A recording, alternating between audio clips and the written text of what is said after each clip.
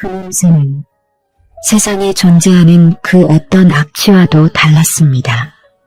썩은 계란이나 시체가 부패하는 냄새, 그런 물리적인 역겨움이 아니었습니다. 마치 수억 명의 원망과 저주, 그리고 타오르는 살타는 냄새가 뒤섞여 코가 아니라 제 영혼을 찌르는 듯 했습니다. 의사 선생님은 어머니가 심정지로 사망하셨다고 했습니다. 장례까지 모두 치렀습니다. 하지만 저는 그날 밤 분명히 보았습니다. 지옥이라는 곳은 불이 뜨거워서 고통스러운 곳이 아니었습니다. 숨을 쉴 때마다 폐부 깊숙이 파고드는 그 끔찍한 죄악의 냄새, 그리고 그 속에서 들려오던 익숙한 비명소리. 아들아, 내 혀가 너무 뜨겁다. 그 목소리의 주인은 다름 아닌 우리 교회가 낳은 성자 30년 개근 새벽기도의 주인공, 바로 제 어머니였습니다. 저는 지금 손이 떨려서 펜을 잡기조차 힘이 듭니다. 하지만 이 떨리는 손으로 오늘 여러분께 제 어머니의 이야기를 전해야만 합니다. 저는 평생 어머니를 존경했습니다. 아니, 존경을 넘어 경외했습니다. 어머니는 완벽한 신앙인이었습니다.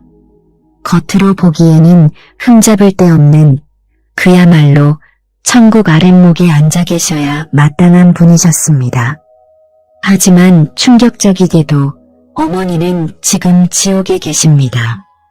30년 동안 매일 새벽 제단을 쌓으셨던 어머니가 교회의 모든 성도들이 권사님 하며 따르던 어머니가 지금 이 순간에도 꺼지지 않는 불꽃 속에서 고통받고 계십니다. 제가 누구인지, 어머니가 어느 교회를 다니셨는지는 밝히지 않겠습니다. 그게 알려지는 순간 우리 교회 전체가 아마 충격에 빠져 문을 닫아야 할지도 모릅니다. 하지만 제 신분보다 더 중요한 것은 지금 이 영상을 보고 계시는 여러분 중 수많은 분들이, 아니 어쩌면 99%의 성도님들이 저희 어머니와 똑같은 길을 걷고 있다는 사실입니다. 그들은 자신이 무엇을 하고 있는지 모릅니다. 저희 어머니도 그러셨습니다. 죽는 그 순간까지 단 한 번도 당신이 지옥에 갈 거라고는 의심조차 하지 않으셨습니다. 어머니는 72살의 나이로 세상을 떠나셨습니다. 사인은 급성 심근경색이었습니다. 그날도 어머니는 평소와 다름없이 새벽 기도를 다녀오시는 길이었습니다.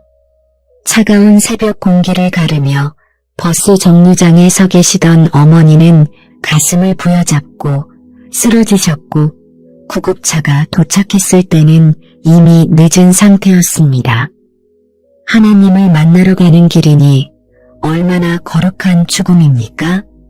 교회 사람들은 입을 모아 말했습니다.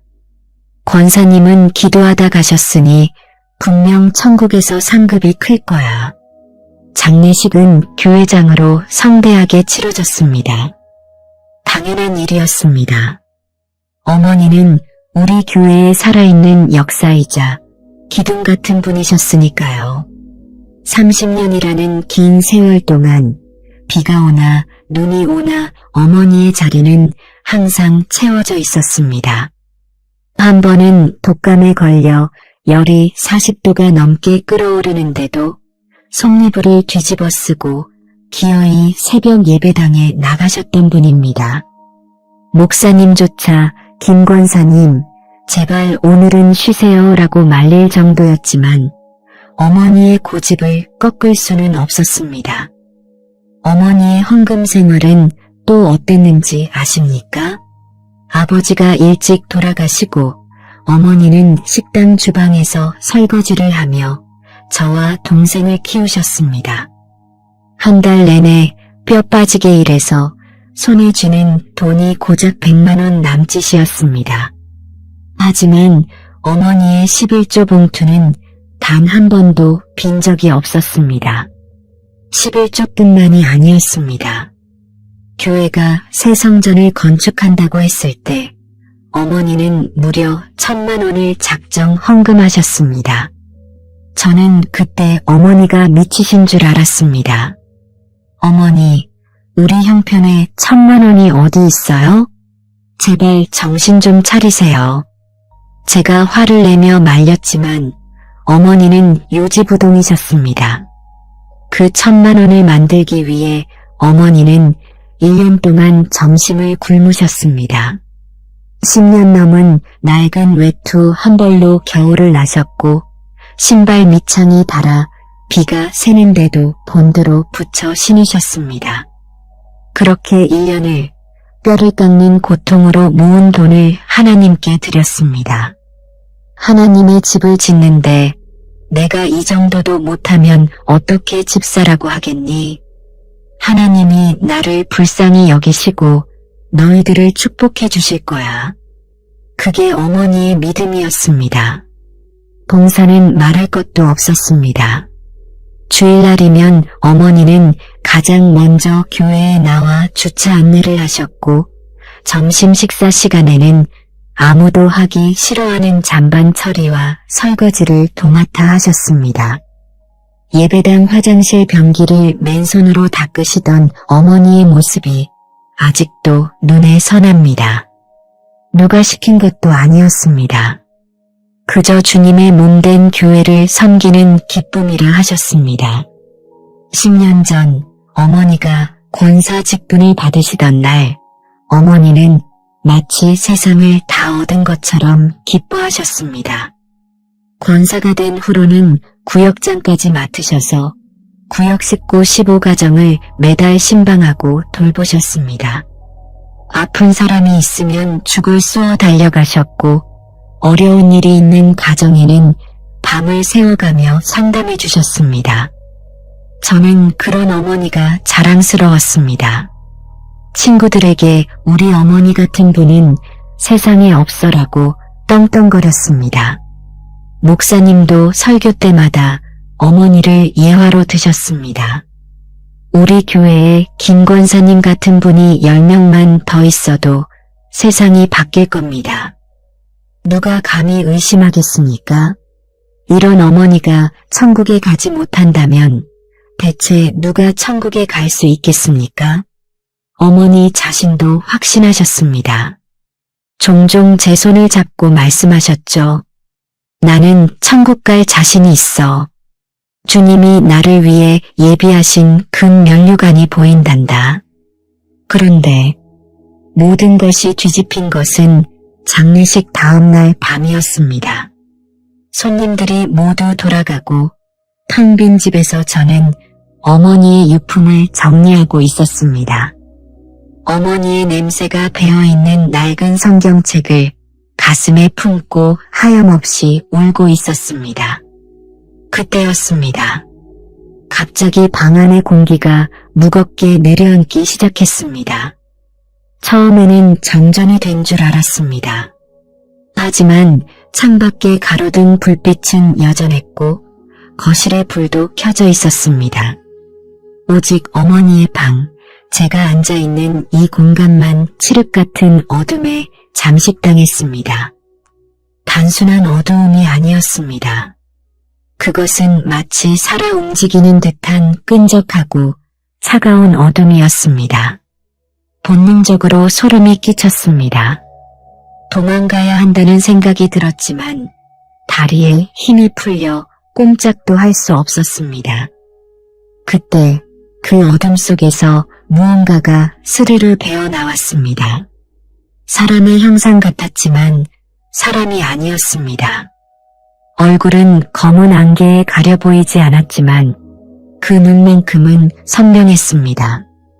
핏빛으로 이글거리는 두 눈. 그 눈이 저를 꿰뚫어 보는 순간 저는 직감했습니다. 이것은 천사가 아니다. 이것은 지옥에서 온 사자다. 그 존재가 입을 열었습니다. 두려워하지 마라. 나는 내 어머니가 있는 곳을 보여주러 왔다. 그 목소리는 쇠를 긁는 듯 날카롭고 차가웠습니다.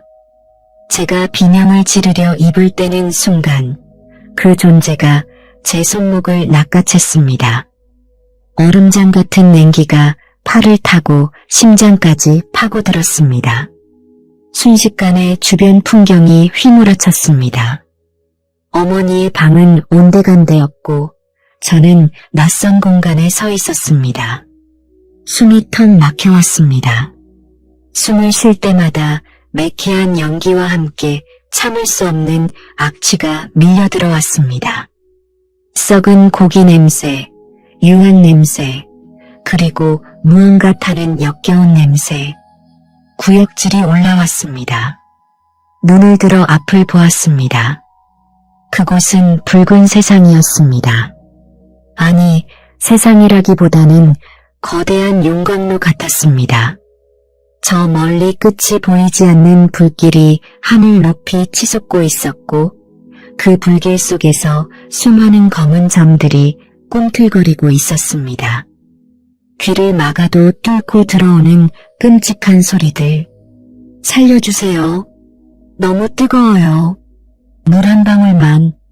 수만 명, 아니 수억 명의 사람들이 동시에 지르는 비명소리가 귀청을 찢을 듯 울려 퍼졌습니다. 저는 덜덜 떨며 옆에 있는 존재에게 물었습니다. 여기가 어디입니까? 그 존재는 무표정한 얼굴로 불길을 가리켰습니다. 지옥이다. 내 어머니가 기다리고 있다. 그 존재는 저를 거대한 불길 앞으로 끌고 갔습니다. 열기가 피부를 태울 듯 뜨거웠지만 신기하게도 제 몸은 타지 않았습니다. 저는 불길 속을 자세히 들여다보았습니다. 그리고 보았습니다. 사람들이 서로 뒤엉켜 고통에 몸부림치고 있었습니다. 어떤 이는 불에 타면서도 죽지 않고 다시 살이 돋아나 또다시 타오르기를 반복하고 있었습니다. 그때 저만치서 익숙한 뒷모습이 보였습니다. 흰 소복을 입고 있었지만 불길에 그을려 누더기가 된 옷, 헝클어진 머리카락. 그 여자가 고개를 돌렸습니다. 저는 그 자리에서 주저앉고 말았습니다. 어머니? 맞습니다. 제 어머니였습니다. 그토록 고상하고 그토록 거룩했던 제 어머니. 30년 권사님이셨던 어머니가 혀를 길게 빼문 채 불길 속에서 짐승처럼 울부짖고 계셨습니다. 어머니의 모습은 충격적이었습니다. 온몸이 상처투성이었지만 특히 어머니의 입이 문제였습니다. 어머니의 혀는 숫덩이처럼 새카맣게 타들어가 있었고 그 혀끝에서 끊임없이 작은 불뱀들이 기어나와 어머니의 얼굴을 쪼아대고 있었습니다. 어머니, 안 돼요. 이건 꿈이어야 해. 제가 울부짖으며 불길 속으로 뛰어들려 하자 그 검은 존재가 저를 막아섰습니다. 가면 너도 탄다. 그저 보기만 해라. 그리고 잘 들어라. 내 어머니가 왜 이곳에 왔는지. 그 존재가 손을 허공에 휘젓자 눈앞에 거대한 스크린 같은 영상이 펼쳐졌습니다. 그것은 어머니의 인생 파노라마였습니다. 가난했던 어린 시절, 아버지와의 만남, 그리고 홀로 되어 우리를 키우던 고단했던 삶이 필름처럼 지나갔습니다. 저는 눈물을 흘리며 그 장면들을 보았습니다. 그래, 우리 어머니가 이렇게 고생하셨지. 이렇게 착하게 사셨는데 왜? 하지만 영상은 곧 어머니의 교회 생활로 넘어갔습니다. 제가 알고 있던 어머니의 모습이 아니었습니다. 화면 속 어머니는 예배가 끝난 후 교회 로비 구석에 다른 권사님들과 모여 있었습니다. 세 분이서 커피를 마시며 대화를 나누고 계셨습니다. 저는 그 대화 내용을 듣고 귀를 의심했습니다. 박 집사 봤어? 오늘 또 늦게 왔더라. 쯧쯧, 요즘 신앙이 식었어. 내가 보니까 남편이랑 사이가 안 좋은 것 같아. 여자가 얼마나 쥐잡듯이 잡으면 남편이 밖으로 돌겠어? 어머니의 목소리였습니다. 평소의 온화한 목소리가 아니었습니다.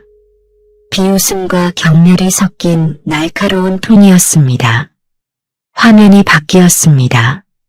이번에는 새로 등록한 청년의 이야기를 하고 계셨습니다. 아니, 머리 꼬라지 좀 봐. 빨갛게 염색을 하고 찢어진 청바지를 입고 교회를 와? 저게 무슨 예배드리는 자세야? 부모가 교육을 어떻게 시켰길래 저러지? 저런 애들은 교회 물만 흐려. 어머니는 혀를 차며 인상을 찌푸리셨습니다. 또 다른 장면이 나왔습니다. 이번에는 이혼한 여집사님에 대한 이야기였습니다. 그 집사 이혼했다며? 남편이 바람났다는데 뻔하지 뭐. 여자가 오죽 못했으면 남편이 딴살림을 차렸겠어? 성경에 이혼하지 말라고 했는데 자기 성질 못 이겨서 이혼한 거야. 저런 사람은 직분 주면 안 돼. 저는 충격을 받아 아무 말도 할 수 없었습니다. 어머니의 말들은 단순한 수다가 아니었습니다. 그것은 날카로운 칼이었습니다. 어머니의 입에서 나온 말들이 검은 연기가 되어 상대방의 가슴에 꽂히는 것이 보였습니다. 박 집사님, 머리 염색한 청년, 이혼한 여집사님. 그들은 어머니의 그 말 때문에 상처 입고 피 흘리고 있었습니다. 특히 가장 충격적인 장면은 이 집사님 사건이었습니다. 남편의 사업 실패로 빚더미에 앉아 힘겨워하던 이 집사님. 교회만이 유일한 안식처였던 그분에게 어머니는 이렇게 말씀하셨습니다. 다른 권사님들에게 이 집사 말이야, 구제 헌금 신청했대. 젊은 사람이 나가서 일할 생각은 안 하고 교회 돈을 탐내. 헌금도 못 내면서 바라는 건 많아. 저게 다 믿음이 없어서 가난한 거야. 하나님이 왜 복을 안 주시겠어? 다 이유가 있는 거지. 이 말은 돌고 돌아 이 집사님의 귀에 들어갔습니다. 화면 속 이 집사님은 밤새 통곡하며 울었습니다. 하나님, 저는 교회에서도 버림받았습니다. 권사님들이 저를 손가락질합니다. 결국 이 집사님은 교회를 떠났습니다. 하나님을 등졌습니다. 어머니의 그 가벼운 혀 놀림 한 번이 한 영혼을 교회 밖으로, 아니 구원 밖으로 밀어내버린 것입니다. 하늘에서 우레와 같은 소리가 들려왔습니다. 이 여자는 혀로 살인했다. 30년 동안 새벽마다 나를 찾았으나 기도가 끝나는 즉시 그 입으로 형제를 죽였다. 오른손으로는 헌금을 했으나 혀로는 남의 헌금을 도둑질했다. 겉으로는 거룩한 척했으나 그 속은 독사의 독이 가득했다. 그 심판의 목소리가 끝나는 순간 저는 차마 눈 뜨고 볼 수 없는 광경을 목격했습니다. 아, 하는 비명과 함께 어머니의 입에서 불길이 확 솟구쳐 올랐습니다. 그것은 마치 용접기에서 나오는 푸른 불꽃 같았습니다. 어머니는 손으로 입을 막으려 했지만 손바닥마저 그 열기에 녹아내리는 듯 했습니다. 물 좀 다오. 내 혀가 타들어가. 제발 누구라도 좋으니 내 혀를 좀 잘라줘. 어머니가 바닥을 구르며 외쳤습니다. 30년 동안 찬송가를 부르던 그 입 목사님을 칭찬하고 성도들을 위로하던 그 입이 이제는 저주와 비명만을 토해내고 있었습니다. 저는 그 자리에 무릎을 꿇고 울부짖었습니다. 하나님, 잘못했습니다. 어머니를 용서해 주세요. 어머니는 모르셨어요. 그게 그렇게 큰 죄인 줄 정말 모르셨다고요. 하지만 제 옆에 서 있던 그 검은 존재, 아니 죽음의 사자가 차갑게 말했습니다. 몰랐다고? 아니, 그녀는 알았다. 성경은 수없이 경고했다. 야고보서의 혀는 곧 불이요. 불의의 세계라 하지 않았느냐. 주님이 말씀하시길 형제를 향해 나가라 하는 자마다 지옥불에 들어가리라 하셨다. 그녀는 그 말씀을 수천 번 읽었고 수백 번 필사했다. 하지만 단 한 번도 두려워하지 않았다. 설교를 들을 때는 아멘했지만 예배당 문을 나서는 순간 그 혀로 다시 남을 씹고 뜯었다. 알면서도 짓는 죄가 더 큰 법이다. 저는 할 말을 잃었습니다. 사자의 말이 하나도 틀린 게 없었기 때문입니다. 어머니는 성경 박사셨습니다. 모르는 구절이 없으셨습니다. 하지만 그 지식이 오히려 독이 되었습니다. 나는 말씀대로 사는데 너희는 왜 못 사니?